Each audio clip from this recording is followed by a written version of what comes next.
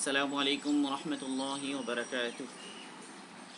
إن الحمد لله نحمده ونستعينه ونستغفره ونؤمن به ونتوكل عليه ونعوذ بالله من شرور أنفسنا ومن سيئات أعمالنا.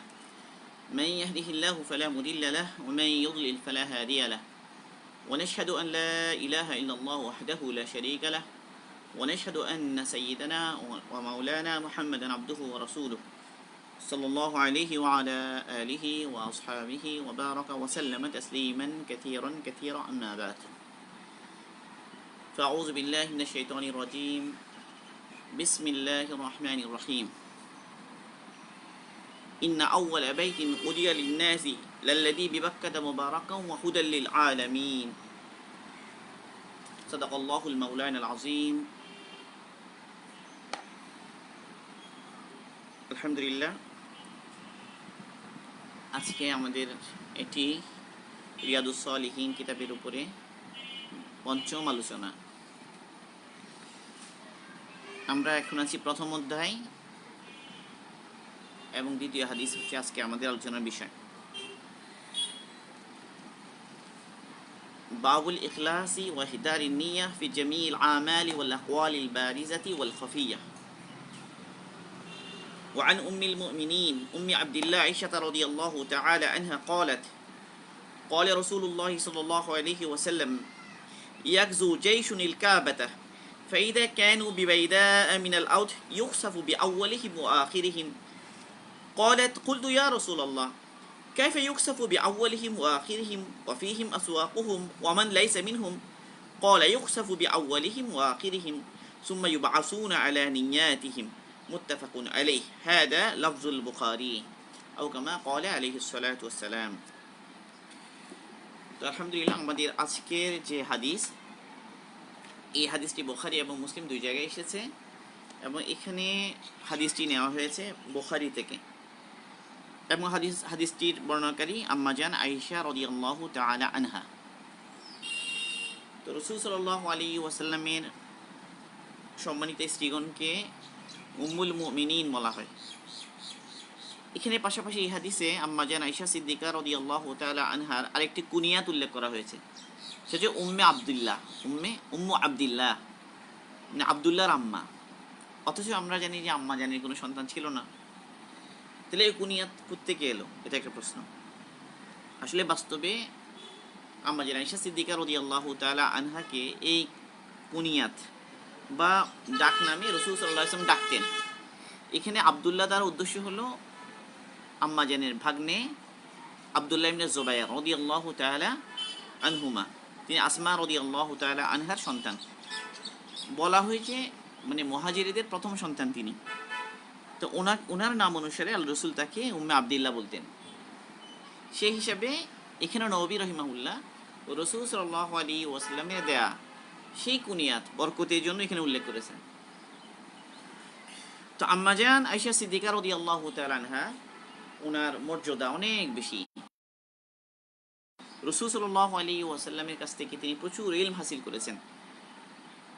তার বর্ণিত মোট হাদিস 10টি।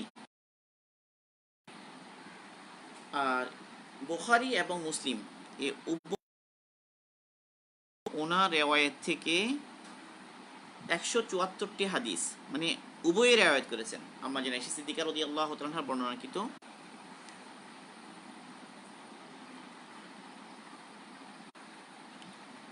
একটা কল আসার কারণে একটু এলোমেলো হয়ে গেল। আচ্ছা, তো যে কথা আমরা বলছিলাম যে আম্মা জান আয়েশা সিদ্দিকা রাদিয়াল্লাহু তাআলা আনহা, তো ওনার কাছ থেকে ইমাম বুখারী এবং ইমাম মুসলিম দুজনেই রিওয়ায়াত করেছেন মানে একই হাদিস। বুখারী তো আছে এবং মুসলিমও আছে।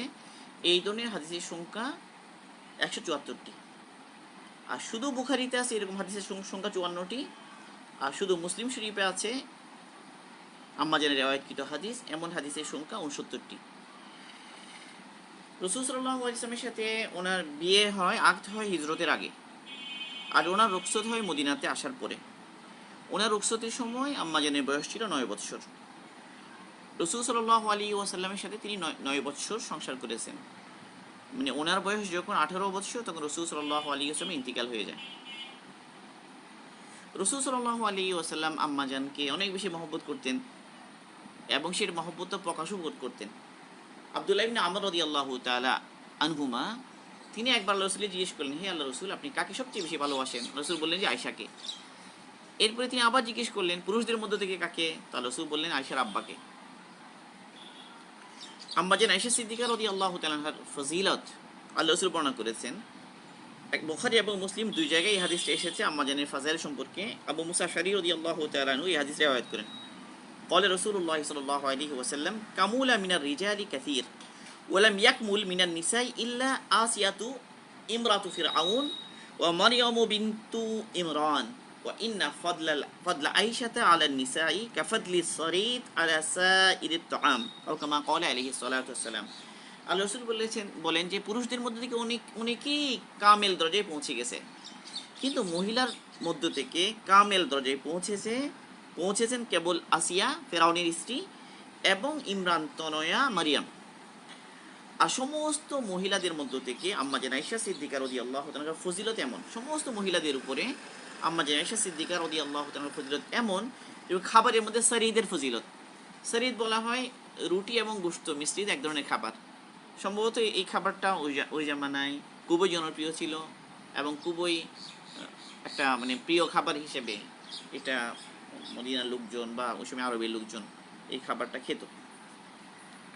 তো সে সরিদের সাথে তুলনা করেছেন আম্মাজানকে। তো আম্মাজান ইন্তিকাল হয় 57 বা 58 হিজরিতে, ওনার মদিনায় ইন্তিকাল হয় রমজান বা শাওয়াল মাসে। আর আবু হুরায়রা রাদিয়াল্লাহু তাআলা আনহু তার জানাজা নামাজ পড়ান, রাতে তার দাফন হয় এবং তিনি ওসিয়ত করেছেন যেন রাতে দাফন করা হয়। আর তার দাফনের সময় তার মাহারামদের মধ্যে 5 জন কবরে নামেন। ওনার 2 ভাগ্নে আব্দুল্লাহ ইবনে জুবায়ের ও রওয়া ইবনে জুবায়ের, তারপর হলো ওনার ভাইপুর মধ্যে মুহাম্মদ ইবনে আবু বকরের ছেলে আব্দুল্লাহ একজন, আর একজন হচ্ছে কাসেম, আর এই আব্দুর রহমান রাদিয়াল্লাহু তাআলা আনহু ওনার ছেলে আব্দুল্লাহ।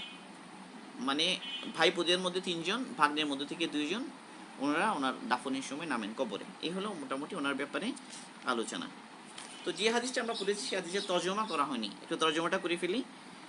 এই হাদিসের মধ্যে আল্লাহ রাসূল বলছেন যে একটা বড় দল বাইতুল্লাহকে ধ্বংস করার জন্য আসবে, হয়তো কিয়ামতের আগে। তো এই দলটা যখন আসবে তো তাদেরকে ধসিয়ে দেয়া হবে একটা ওই মরুভূমিতে একটা জায়গায়, বাইদা মানে মরুভূমির একটা জায়গা, সেখানে ওই দলকে ধসিয়ে দেয়া হবে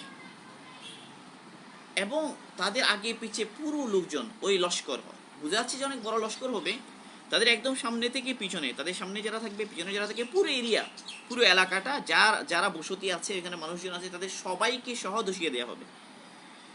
এতটুকু রাসূল সাল্লাল্লাহু আলাইহি ওয়াসাল্লাম যখন বললেন, আম্মাজান আয়েশা সিদ্দিকা রাদিয়াল্লাহু তাআলা জিজ্ঞেস করলেন, ইয়া রাসূলুল্লাহ কাইফা ইউকসাফু বিআউয়ালিহিম ওয়া আখিরিহিম ওয়া ফীহিম আসওয়াকুহুম ওয়া মান লাইসা মিনহুম।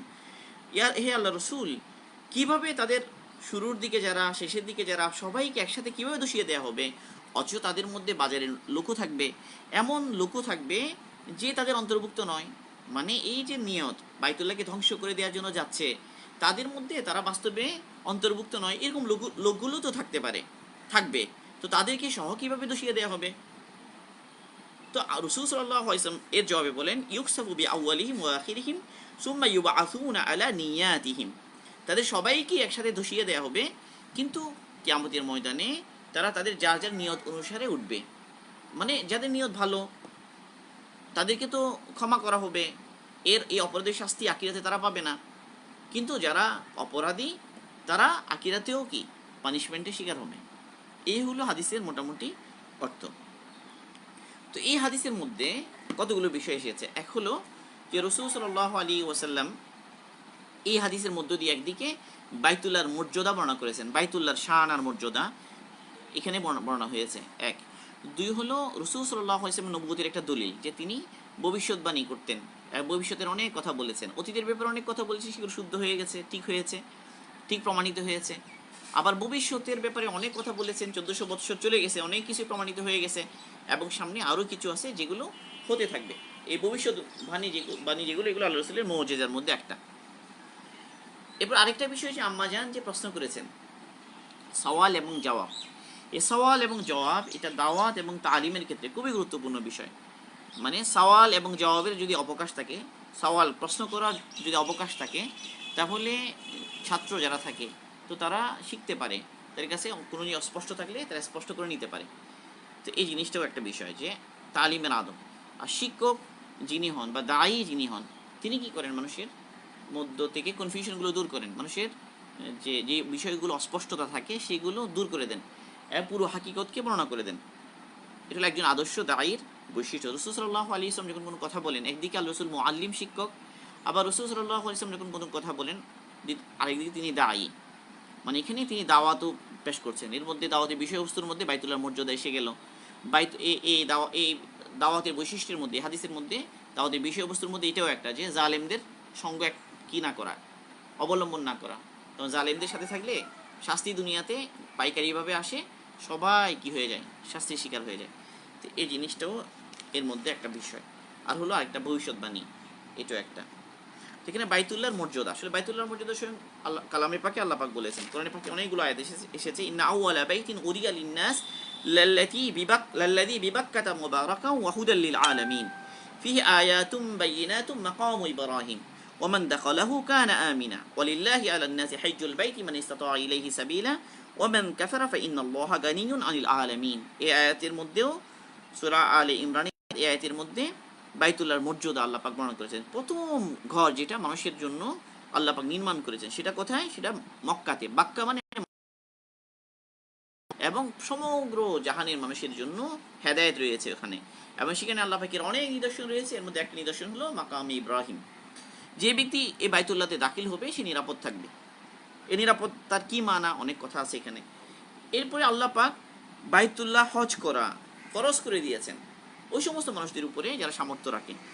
যারা সামর্থ্য রাখা সত্ত্বেও এই হজ করবে না, তো তা আল্লাহ পাক নিজে বলছেন যে আল্লাহ পাক সমগ্র জাহান থেকে মানে অমুখাপেক্ষী, আল্লাহ পাকে কিছুই আসে না। মানে এমন না যে আল্লাহ পাক মুহতাজ তাদের, তো তারা যদি না আসে তারা এটার জন্য কি হবে, তারাই এটার জন্য শাস্তি ভোগ করবে যদি না করে। তো এটা একটা। আরেকটা আয়াতে আল্লাহ পাক বলেন, জাআলাল্লাহুল কাবাতাল বাইতাল হারামা কিয়ামাল লিন-নাস ওয়াশ শাহরুল হারাম ওয়াল হাদিয়া ওয়াল কলাইদ। এই আয়াতের মধ্যেও আল্লাহ পাক বাইতুল্লাহর বৈশিষ্ট্য বর্ণনা করেছেন, যে বাইতুল্লাহকে আল্লাহ পাক মানুষের জন্য, মানুষের কল্যাণের জন্য স্থাপন করেছেন। এরপর আরেকটা আয়াতে, ওয়াইদা জাআলনাল বাইতা মাসাবাতাল লিন-নাসি ওয়া আমনা, যখন আমি বাইতুল্লাহকে মানুষের মিলনস্থল বানিয়েছিলাম এবং মানুষের নিরাপত্তার স্থল বানিয়েছিলাম। আরেকটা আয়াতে আছে। এখানে অনেকগুলো আয়াতে বাইতুল্লাহর ফাজাইল এসেছে।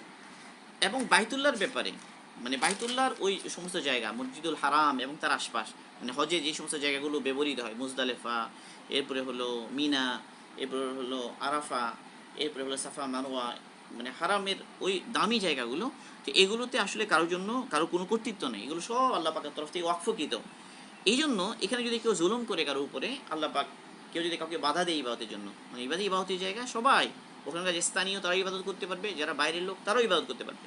কোরআনে পাকে আল্লাহ পাক নিজেই এই কথাটা বলছেন, ইন্নাল্লাযীনা কাফারু ওয়া ইয়াসুদ্দুনা আন সাবিলিল্লাহ ওয়াল মাসজিদিল হারাম আল্লাযী জাআলনাহু লিন-নাসি সাওয়াআ।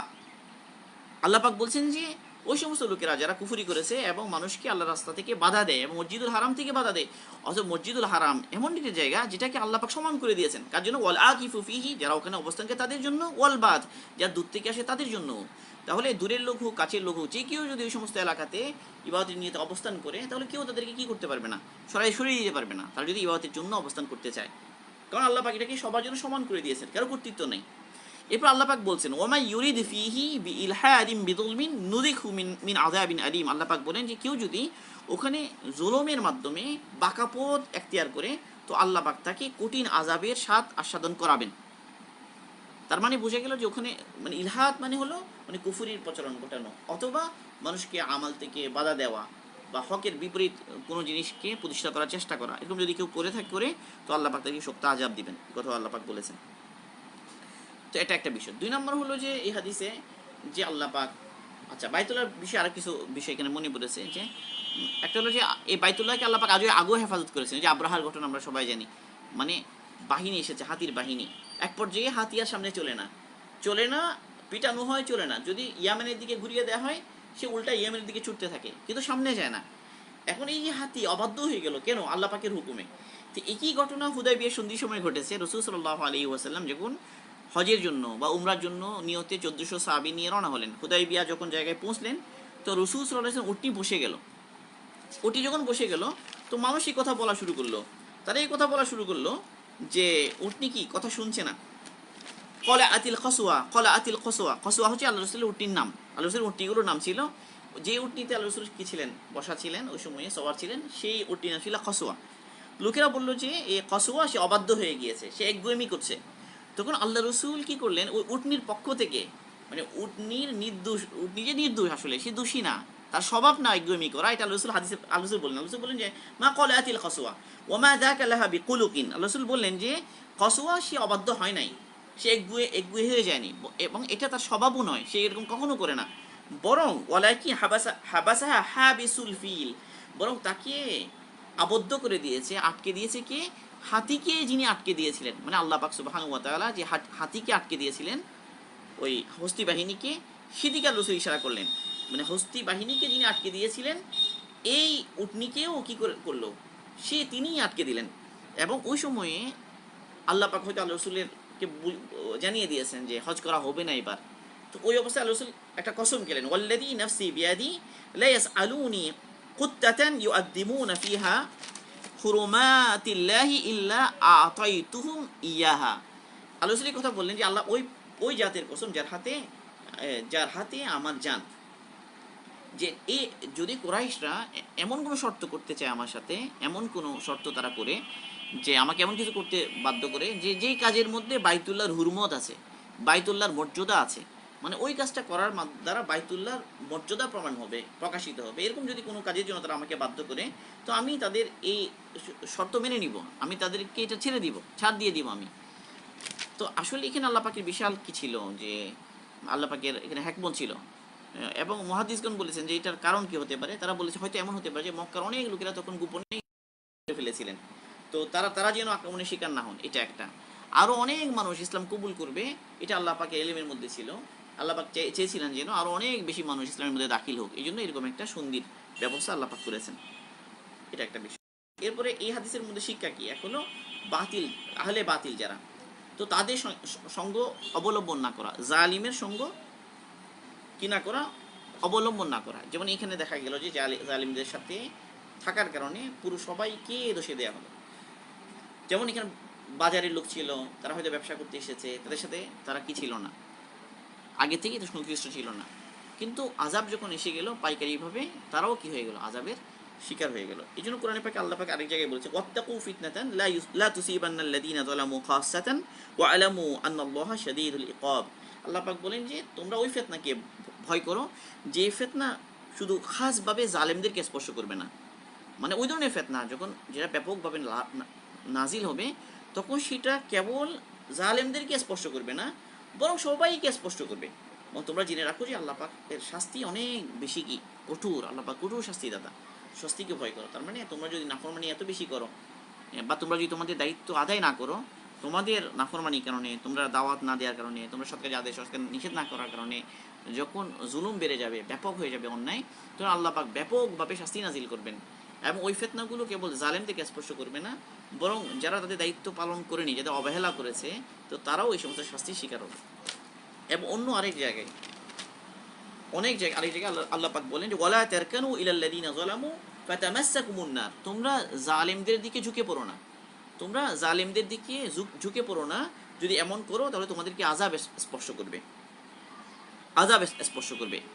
এই হাদিস থেকে ফেকা বের হয় যে ইমাম মালিক রাহিমাহুল্লাহ ওনার মাযহাব হলো যে কোনো একটা দল, ধরা যাক যে 10-12 জন লোক গ্রেফতার হলে এই অবস্থায় যে সবাই মদ খাচ্ছে এবং মাতাল, তো এখন কিছু মানুষ মদ খায়নি, তাদের সাথে ছিল, মাতলামির কোনো আলামতও তাদের মধ্যে নেই। তো ইমাম মালিক বললেন এদের সবাইকেই শাস্তি দেওয়া হবে, মানে মদ পান করার যে শাস্তি এদের সবাইকে দেওয়া হবে, মানে যারা মাতাল তাদেরকেও দেওয়া হবে, যারা তাদের সাথে আছে মদ খায়নি তাদেরকেও দেওয়া হবে। কেন? দলিল কি? দলিল হলো এই সমস্ত আয়াত এবং এই সমস্ত হাদিস, যে আল্লাহ পাক যেভাবে ব্যাপকভাবে নাজিল করেন শাস্তি, তো এদেরকেও দেওয়া। এটা শুধুমাত্র মালিক রহিমাহুল্লাহর মাযহাব আর কি, উনি এখান থেকে এই হাদিস থেকে ইস্তিলাল করেন যে যারা ওই অন্যায় করে, ওই অন্যায় যেখানে হয়, বিশেষ করে শরাব পানির ব্যাপারে, ওখানে যারা থাকে যারা মাতাল তাদের তো শাস্তি হবেই, নেশাগ্রস্ত যাদের নেশার কোনো আলামত নাই বা এটাও বোঝা যাচ্ছে যে তারা শরাব পান করেনি, তারপর তাদের সাথে থাকার কারণে তাদেরকেও কি দেওয়া হবে, দূরা মারা হবে, শাস্তি দেওয়া হবে। তো এই জন্য জালেমদের সাথে না থাকা চাই। তারপরে এখানে যে আম্মাজান কি করলেন, ইশকাল করলেন। তো এই আম্মাজান যে ইশকাল করলেন, ইশকালটা মানে এটা উদ্দেশ্য নয় যে রসুল সাল্লাল্লাহু আলাইহি ওয়াসাল্লামের কথার মধ্যে সন্দেহ পোষণ করা, না, আম্মাজান যেটা করেছেন সেটা হলো এখানে অস্পষ্টতা ছিল, সেই অস্পষ্টতা দূর করার জন্য। মানে সাধারণত ইসলামের নিয়ম হলো যে যে শাস্তি দেওয়া হয় কাকে, অপরাধীকে। তো এখন যে ব্যাপকভাবে যে আযাব নাজিল হচ্ছে, তো যারা নির্দোষ, এখন তাদের তো দোষ নাই, তাদের কি হবে, আখিরাতে তাদের কি অবস্থা হবে। তো এই জন্য আম্মাজান জিজ্ঞেস করলেন যে এই যে বাজারের লোক, মানে এখানে আসওয়াকুহুম আছে, এটা তার উদ্দেশ্য হলো আহলু আসওয়াকিহিম, মানে বাজারের লোকেরা। আহাল শব্দটা এখানে উজ্জ্ব আছে, বাজারের লোকেরা। এবং ওই সমস্ত লোক যারা তাদের অন্তর্ভুক্ত ছিল না, বাইরে থেকে হয়তো এসেছে বাজার করার জন্য, সৌদা করার জন্য, ক্রয় কেনা বেচার জন্য। তো এই লোকগুলোর উদ্দেশ্য তো এটা ছিল না। তো এদেরকে কীভাবে শাস্তি দেওয়া হলো, এটা আর কি। তাহলে রসুল বললেন যে দুনিয়াতে এরকমই হবে, এই পুরোটাকে কি করা হবে, দোষিয়ে দেওয়া হবে। কিন্তু আখিরাতে প্রত্যেকে তার নিয়তের উপর উঠবে। যার নিয়ত ভালো ছিল তো তাকে নাজাত দেওয়া হবে আখিরাতে, আর যে অপরাধী ছিল তাকে কি করা হবে, শাস্তি দেওয়া হবে। তো ব্যাপারটা হলো এরকমই যে যে কোনো একটা কাজে দুনিয়াতেও কীভাবে আমরা কোনো একটা ভালো কাজ করলেও, ধরা যাক যে আমরা একটা জামাত 10-12 জনের একটা টিম, আমরা কোনো একটা ভালো কাজ করার জন্য কোনো একটা পরামর্শ করছি, মানুষকে সহযোগিতা করা, সাহায্য করা। তো এখানে তো কল্যাণ আছেই, মানে মানুষের কল্যাণ আছে। ধরা যাক যে আমরা রিলিফ বিতরণ করব, বা আমরা ওষুধ দিব, বা কোনো ধরনের হেল্প করব মানুষকে, এই নিয়ে তো আমরা পরামর্শ করছি। তাহলে আমাদের এই পরামর্শের মধ্যে খায়ের থাকবে, এটা হলো দুনিয়াতে খায়ের, কারণ মানুষের এখানে নাফা আছে, উপকার আছে, মানুষ ফায়দা পাবে। আর আমরাও হয়তো সাময়িক দুনিয়াতে এটার বিনিময়ে কিছু ফায়দা আমরাও পাবো, যেমন মানুষ প্রশংসা করবে, তারিফ করবে, আমাদের আত্মার মধ্যে প্রশান্তি লাগবে। ভালো কাজ করলে একটা প্রশান্তি লাগে, এটা দুনিয়াতে প্রাপ্তি, একটা নগদ প্রাপ্তি। মানুষ যখন দান করে, মানুষ যখন মানুষকে সহযোগিতা করে, মানুষকে সাহায্য করে, তো এখানে তার নিজেরও এই ধরনের একটা ফায়দা আছে, একদম একটা আত্মার একটা প্রশান্তি তার হয়। তারপর হলো এটা সুনাম হয়, তাই না, প্রশংসা হয়। তো মানুষ তো এইগুলোর মাধ্যমেই আগায়, তাই না। এই জন্য আল্লাহ পাক কোরআনে পাকে এই ভালো কাজের যে পরামর্শ, এটার যে যে আয়াতটা আল্লাহ তাআলা বলেছেন, লা খায়রা ফি কাসীরিম মিন নাজওয়াহুম ইল্লা মান আমারা বিসাদাকাতিন আও মারুফিন আও ইসলাহিম বাইনান নাস। এই আয়াতের মধ্যে দুটো জিনিস এনেছেন একই আয়াতে। মানে আসলে আল্লাহ পাক যখন কোনো কথা বলেন তখন পরিপূর্ণভাবেই বলে ফেলেন, সব সাইডগুলো চলে আসে। এমন না যে এক সাইড এসে গেল আর এক সাইড আসে নাই, এরকম না। তো আল্লাহ পাক এখানে এমনভাবে বলে ফেলেন, লা খায়রা ফি কাসীরিম মিন নাজওয়াহুম ইল্লা মান আমারা বিসাদাকাতিন আও মারুফিন আও ইসলাহিম বাইনান নাস, যে অধিকাংশ মানুষের সলা পরামর্শের মধ্যে কোনো কল্যাণ নাই। লা খায়রা বললেন, মানে কল্যাণ নাই।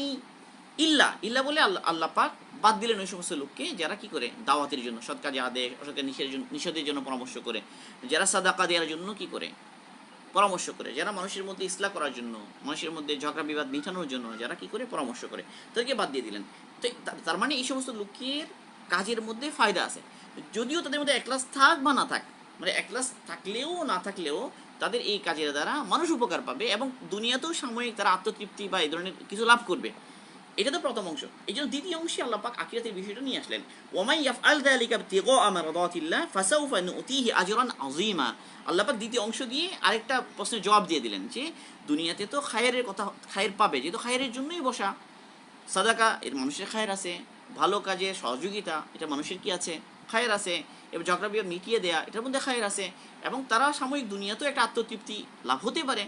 কিন্তু আখিরাতে বড় আজর কারা পাবে, যারা এটা করবে শুধু আল্লাহ সন্তুষ্টির জন্য। ওমাই ইয়াফআল যালিকা ইবতিগা মারদাতিল্লাহ, যারা আল্লাহ পাকের সন্তুষ্টির জন্য এই ধরনের কাজ করবে, তো তাদের জন্য ফাসাউফা অচিরেই নুতিহি আজরান আযীমা, আমি অচিরেই তাদেরকে বিরাট প্রতিদান দান করব। এই যে বিরাট প্রতিদান আখিরাতে আল্লাহ পাক দিবেন, এটা হলো আখিরাতের বিষয়। তার মানে বোঝা গেল যে তারা দুনিয়াতে যে কাজ করেছে ভালো কাজ, তো এটার একটা ফলাফল তো দুনিয়াতে পাওয়া যাবে। তারা নিজেরা উপকৃত হোক না হোক, অন্যরা অবশ্যই তাদের দ্বারা উপকৃত হবে। তো আখিরাতে তারা এটার বদলা পাবে কি পাবে না, এটা তাদের নিয়তের উপরে নির্ভরশীল। নিয়ত যদি ভালো হয় পাবে। অনেক সময় দুনিয়াতে মানুষ অনেক ভালো ভালো কাজ করে, যদি জিজ্ঞেস করা হয় কী ব্যাপার আপনি অনেক কাজ করছেন মাশাল্লাহ, এই যে রুগীদের পিছনে দৌড়াদৌড়ি করছেন, কত ভালো ভালো কাজ করছেন, কী জন্য? তো বলেছে আসলে আমার ভালো লাগে, শান্তি লাগে, ভালো কাজ করলে ভালো লাগে, এই জন্য করছি। দেখেন এইটার মধ্যে কিন্তু কি নাই, এগ্লাস নাই তার। সে শুধুমাত্র দুনিয়াতে একটা যে ভালো লাগার অনুভূতি এটা পাওয়ার জন্য করছে। আমরা অনেক সময় এরকম শুনি, বা এরকম আমাদেরও অনেক ক্ষেত্রে এরকম হয়ে যায়, আমরা এই সমস্ত কাজের বিনিময়ে আখিরাতে যে বদলা পাবো এটা নিয়ত করি না। এটা নিয়ত না করার কারণে কী হবে, আখিরাতে কি পাওয়া যাবে না, বদলা পাওয়া যাবে না। তাহলে এই বিষয়টা একটু সতর্ক থাকা চাই, হুঁশিয়ার থাকা চাই। এরকম না হয় যে আমাদের কোনো একটা কাজের বদলা আমরা দুনিয়াতে তো সাময়িক খায়ের এলো কিন্তু আখিরাতে পেলাম না, এরকম যেন না হয়। আচ্ছা, এইখানে আরেকটা বিষয়, যে দাওয়াতু তালিম, দাওয়াতু তালিমের একটা বিষয় বললাম যে সওয়াল এবং জবাব। একজন দায়ী যিনি হন বা একজন মুআল্লিম যিনি হন আদর্শ, তো তার কিছু বৈশিষ্ট্য হলো তিনি প্রতিটা বাস্তবতাকে উনি হাকিকতকে তিনি সুস্পষ্ট করে দেন, কোনো ওইখানে কোনো অস্পষ্ট রাখেন না, যেভাবে এখানে রসুল এখানে করলেন। রসুল সাল্লাল্লাহু আলাইহি ওয়াসাল্লাম আম্মা আয়েশা সিদ্দিকা রাদিয়াল্লাহু তাআলার জবাবে আল্লাহ একদম স্পষ্ট করে দিলেন যে আসলে এটা জাস্ট দুনিয়ার ব্যাপার, আখিরাতে নিয়ত অনুসারে কি হবে, ফয়সালা হবে। তো আমাদেরও যখন আমরা তালিম দেব বা আমরা যখন কি করব, কোনো দর্শ দিব, ওকে দাওয়াত দিব, সেটা দুনিয়ার ব্যাপারেই হোক বা আখিরাতের ব্যাপারেই হোক, তো আমাদের কি করতে হবে, একজন আদর্শ শিক্ষক এমন হবেন যিনি সমস্ত কিছুকে স্পষ্ট করে দেবেন, যেন ছাত্রদের সামনে কোনো অস্পষ্টতা না থাকে। এটা হলো তালিমের একটা আদব। ইমাম মাওয়ারদি রহিমাহুল্লাহ তিনি বলেন যে মিন আদাবিল উলামাই আল্লা ইয়াবখালু বিতালিমি মা ইউহসিনুন ওয়ালা ইয়ামতানিউ মিন ইফাদাতি মা ইউআল্লিমুন মা ইয়ালামুন ফাইন্নাল বুখলা বিহি লাউমুন ওয়া যুলমুন ওয়াল মানউ মিনহু হাসাদুন ওয়া ইসমুন। তিনি বলেন যে উলামাদের আদাবের মধ্যে একটা আদাব হলো যে তালিমের ক্ষেত্রে উত্তম জিনিস মানুষকে শেখানোর ক্ষেত্রে বখিলি না করা, কৃপণতা না করা, এবং মানুষকে সে যা শিখেছে এটা থেকে মানুষ যেন উপকৃত হতে যেন কি না হয়, বাধাগ্রস্ত না হয়, বরং বাধা না দেয়া, এবং কেউ শিখতে চাইলে শেখানো চায়, এটা করা উচিত। কারণ ফাইনাল বুখলা বিহি লাউমুন ওয়া যুলমুন, কারণ এই ধরনের কাজে কৃপণতা করা এটা হলো খুবই নিন্দনীয় এবং এটা জুলুম। আর মানুষকে খায়ের থেকে ফিরিয়ে রাখা এটা হাসাদ এবং কি গুনাহ। হযরত আলী রাদিয়াল্লাহু তাআলা এই প্রশ্নে একটা সুন্দর কথা বলেছেন। তিনি বলেন যে মা আখাযাল্লাহুল আহদা আলা আহলিল জাহলি আন ইয়াতাআল্লামু হাত্তা আখাযাল আহদা আলা আহলিল ইলমি আন ইউআল্লিমু। হযরত আলী রাদিয়াল্লাহু বলেন যে আল্লাহ পাক যারা জানে না তাদের উপরে এই দায়িত্ব, এই হুকুম তাদেরকে করেছেন যে তোমরা শিখো, অবশ্যই শিখো। তো আল্লাহ পাক তাদের থেকে শিকার অঙ্গীকার নেওয়ার আগে আল্লাহ তাআলা আহলে ইলমের কাছ থেকে অঙ্গীকার নিয়েছেন তারা যেন অবশ্যই শিখায়। মানে আহলে ইলম থেকে আল্লাহ পাক আগে অঙ্গীকার নিয়েছেন যে তোমরা শিখাও ওদেরকে, যারা জানে না তাদেরকে তোমরা থেকে শিখাতে হবেই। এই অঙ্গীকার আল্লাহ পাক আহলে ইলমের কাছ থেকে আগে নিয়েছেন। এরপরে আল্লাহ পাক যারা জানে না তাদের কাছ থেকে অঙ্গীকার নিয়েছেন যে তোমাদের শেখা লাগবে। মানে আল্লাহ পাক শিকার হুকুম করেছেন এবং শিকার হুকুমের পাশাপাশি শিকার ব্যবস্থাপনাও আল্লাহ পাক করেছেন। এই বিষয়গুলো আদাবুদ্দিন ও দুনিয়া একটা কিতাব আছে, ওটা থেকে নেওয়া হয়েছে এই অংশটা।